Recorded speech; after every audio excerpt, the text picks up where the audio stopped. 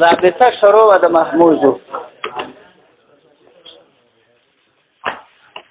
دې ځای ته مونږ را رسېدلي وو چې که حمزه متعدده وه هر کله چې ته اراده د تخفیف د حمزې وکې دا حمزه به خالی نه یا به واحده یا به متعدده د واحد بحث مې درته ټول کړی متعددې ته را رسېدلي که دا حمزه متعدده وه نو بیا به خالی نه وي دې ته اوس ګورئ درې صورت هم کې جوړېږي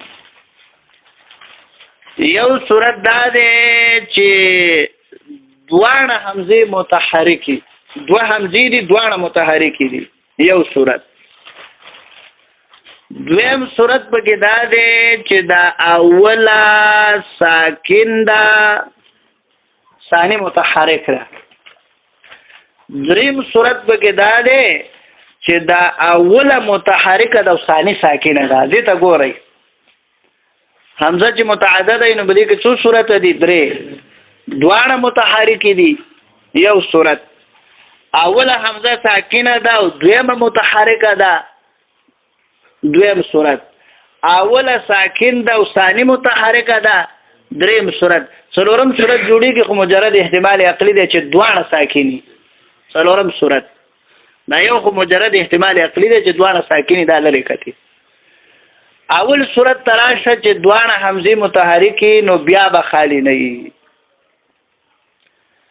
یا به یوه پکې مکسوره وي او یا به پکې یوه مکسوره نه وي که یوه پکې مکسوره وه هره یوه چې مکسوره وه که اوله مکسوره وه که دویمه بدلېږي په یې باندې ائمتون او جائن په دې کتاب کې را روان دي ائمتون او جائن اعلان بل ته وکړم انشاءالله او کو یوه پکې مکسوره نه وه برابره خبره ده دواړه مفتوحې دي یا یوه مفتوحه ده او بله مضمومه ده دویمه بدلېږي په واو اوادمو اوادمو دا هم په کتاب کې را روان دي صحیح ده نو که دواړه حمزې متحرکې وي بیا به خالي نه یا به پکې یوه مکسوره وي یا نه که یوه پکې مکسوره وه دویمه بدلېږي په یې ائمتون او جائن که یوه پکې مکسوره نه وه دویمه بدلېږي په واو اوادمو اوس چې اوله حمزه ساکنه ده او دویمه متحرکه ده دې له راشه اوله حمزه ساکن دویمه متحرک نو دا به بیا خالي نه یا به په عین کلمه کې یا به په لام کلمه کې که په عین کلمه کې و نو په دې کې به ادغام کېږي سأله د دې اصل دی سألین د دې اصل دی سألین اوله حمزه متحرکه ده اوله ساکن ثاني متحرکه ده او چرته ده په عین کلمه کې ادغام یې پکې کړی سألین حمزو کې ادغام شوی دی سألین او کو په لام کلمه کې و نو ثاني حمزه به بدلېږي په یې باندې لکه قراءون د دې اصل دی قراءون اوله حمزه ساکن دویمه متحرکه دویمه بدل شو په یې قراءون ته جوړ شوی دی دریم صورت څنګه چې اوله حمزه متحرکه ثاني ساکنه نو دا دویمه ثاني ساکنه بعد د مخکنی حمزه د حرکت موافق په حرف علت باندې بدلېږي کو اول باندې زورو دویم به په څه بدلېږي په واو زیرو په یې لکه دلته به راشي آمنه اوجب ایسر آمنه دویمه حمزه ساکن اول متحرک په الف بدل شوی اوجبا دویمه ساکن مخکې زما په او بدل شوی ایسر دویمه ساکنه د مخکې د نظیر دی په چا بدل شوی ده په دې ځای باندې زموږ ضابطه ختمه شوله پوهېږئ په دې باندې دا ضابطه وه انشاءالله اسانه ده دې کتاب کې اوس څو ټکي ویم دلته تاسو اوس ګورئ قانون د دې اول قانون نه نیولې تاسو ګورئ دا خبرې چې زه کومې کوم دا اوس په شرحو کې نشته دی د دې اول قانون نه نیولې تاسو پاڼې اړوئ یوه پاڼه واړوه اخرني قانون ته ورسه صرف المعطل نه مخکې قانون دی قانون هر جا کې دو حمزه متحرک دو حمزه صحیح ده د اول قانون نه نیولې تر اخرني هر جا کې دو حمزه د دې قانونه پورې بحث د حمزه واحد بحث دی د کومې حمزه بحث دی؟ واحد حمزه بحث دی. او دغه ځای نه وروسته د بحث د چا دی؟ متعدد نوم ولګ دی او حمزتین او څه چې ورته وي لکه دغه ځای نه وروسته بحث د متعدد حمزه بحث دی. دا واحد حمزه بحث په متعدد هم باندې مقدم کړه ځکه الواحد قبل المتعدد، الواحد قبل وجه ذا شولا دا یو خبره شولا. او بیا نیولې تر اول قانون نه هر حمزه کې ساکن باشد نه نیولې تر هغه اخیرنی قانون نه مخکینی قانون ته ورشي.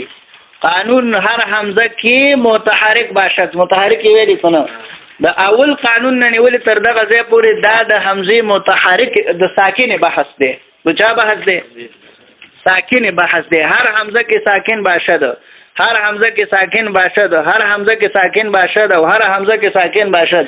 او دغه ځای وروسته د متحرک بحث دی. حمزه ساکن مقدم کړلا په حمزه متحرک باندې ولې ځکه سکون خفیف دی. نو سکون څه دی؟ خفیف دی. نو ځکه حمزه ساکنه په متحرک مخ کې کړه، واحد مخ کې کړه په متعدد، ځکه الواحد قبل المتعدد. په دې خبر باندې پوه شولای. اوس دلته په ما باندې یو اعتراض دی.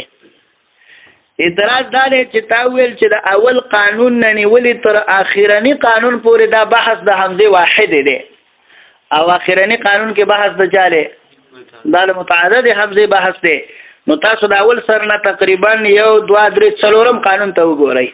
4 قانون کې وی هر حمزه کې ساکن باشد و ما قبل او حمزه دیگر متحرک باشد. هر حمزه چې ساکنه او مخکې د دینه بل حمزه چې دا متحرک وي نو دا حمزه واحد بس دی کله متعدد دی. دا متعدد دی او د حمزه واحد په بس کې راول قران اور مخ ویلو چې د اخرنی قانون نه مخکې حمزه واحد بحث دی. اول ته د متعدد بحث دی. نو د حمزه واحد په من کې خو د حمزه متعدد راوړي د څه نه راوړي. دا سوال له دې سوال جوابونه درې دي. یو جواب د دې سوال نه دا دی چې دا سهو د کاتب ده. سهو د چاله؟ کاتب نه چې د متعدد حمزه بحث راغسته دی وسته په حمزه واحد کې لیکلی.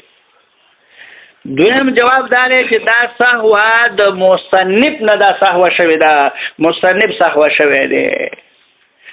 دریم جواب چې هغه ښه جواب دی هغه دا دی چې نه دا سهو د مصنف ده نه سهو د کاتب ده بلکې د دې حمزه واحد سره دغه متعدد حمزه قانون ذکر اول چې د دې حمزه واحد سره مناسبت یې دسیو چې دې ټول په اول کې په ساکن کې اوسه مناسبت دی. ګور اولنی قانون عبارت ویوا هر حمزه کې ساکن باشد، صحیح ده؟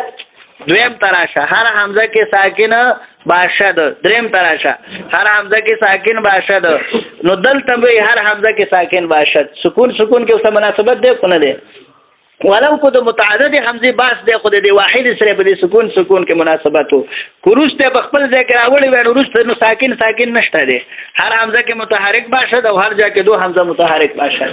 پیږي په خبره؟ نو په دې ساکن کې اوسه مناسبت وو. نو ذکر متعدد حمزه بحث په چا کې راوړه؟ د حمزه واحد په بحث کې راوړه. دا عبارت سره خبرې وي. قانون په قانون کې دننه خبرې دي. نو دا شپږ خبرې دي. دا به زه بیا تر اخره پورې ان شاء الله بار قانون کې کوم. یو د قانون نه بارنۍ خبرې دي. نو دا په اول قانون کې کوم په نورو کې بیا نه کوم. نو په قانون کې لابودی د معرفت د درې خبرو نه دا بارنۍ خبرې زده کوي. یو مفهوم لغوي د قانون، دویم مفهوم اصطلاحي د قانون، دریم فرق په مابین د قانون قاعده ضابطه او اصول کې. قانون قاعده ضابطه اصول جمع د اصل قانون قاعده ضابطه او اصل کې څه فرق دی؟ قانون په لغت کې مستر د کتاب ته ویل کېږي، مستر د کتاب ته. او په اصطلاح کې څه ته ویل کېږي؟ په دې حاشیه لیکلي دي په نقطه باندې. قانون په اصطلاح کې امر کلی دی چې منطبق کېږي په جزئیاتو باندې. امر کلی دی چې په چا منطبق کېږي؟ په جزئیاتو. لکه دا قانون ته ګوره اولنی قانون کې وایي هر حمزه کې ساکن باشد و ما قبل او مفتوح اره حمزه چې ساکنه او ما قبل د دینه مفتوحه دا اوس یو قانوني کلی دی نو روا ده چې دغه حمزه په الف بدله جزئیات واستدیر له باغی منتوی یا منو یا منو ده حمزه ساکن ما قبل مفتوح دی په الف بدل ویږي په دې باندې او به په خبره دغه نقطه کې لیکلي دي چې دا قانون مرادف د ضابطه او د قاعده دی نو هغه دریمه خبره دا شوله چې قانون قاعده ضابطه او اصل الفاظ مترادفه دی باندې واحده ده الفاظ مترادفه او معنی څه ده واحده نو په لغت کې مستر د کتاب ته وی په اصطلاح کې امر کلی دی چې منطبق کیږي په جزئیات باندې او قانون قاعده ضابطه او اصل څلور واړه الفاظ مترادفه دي او معنی څه ده دا څلور خبرې به در کتاب تر اخره پورې ان شاء الله بیان کوم مفهوم لغوي ذکر ځکه به قانون راځي نو در ځکه موږ نشو کولای مفهوم لغوي مفهوم اصطلاحي فرق مابین د قانون قاعده ضابطه کې دا خبره به اول سر کې وشوي به بیان کوم نور شپږ خبرې دي دنه په قانون کې دا به تر اخره سره پورې ان شاء الله دا به تر اخره سره پورې دا شپږ خبرې کوو شپږ خبرې هغه زده کوي دی باندې بس کوزه کله ته ضابطه مو ویلې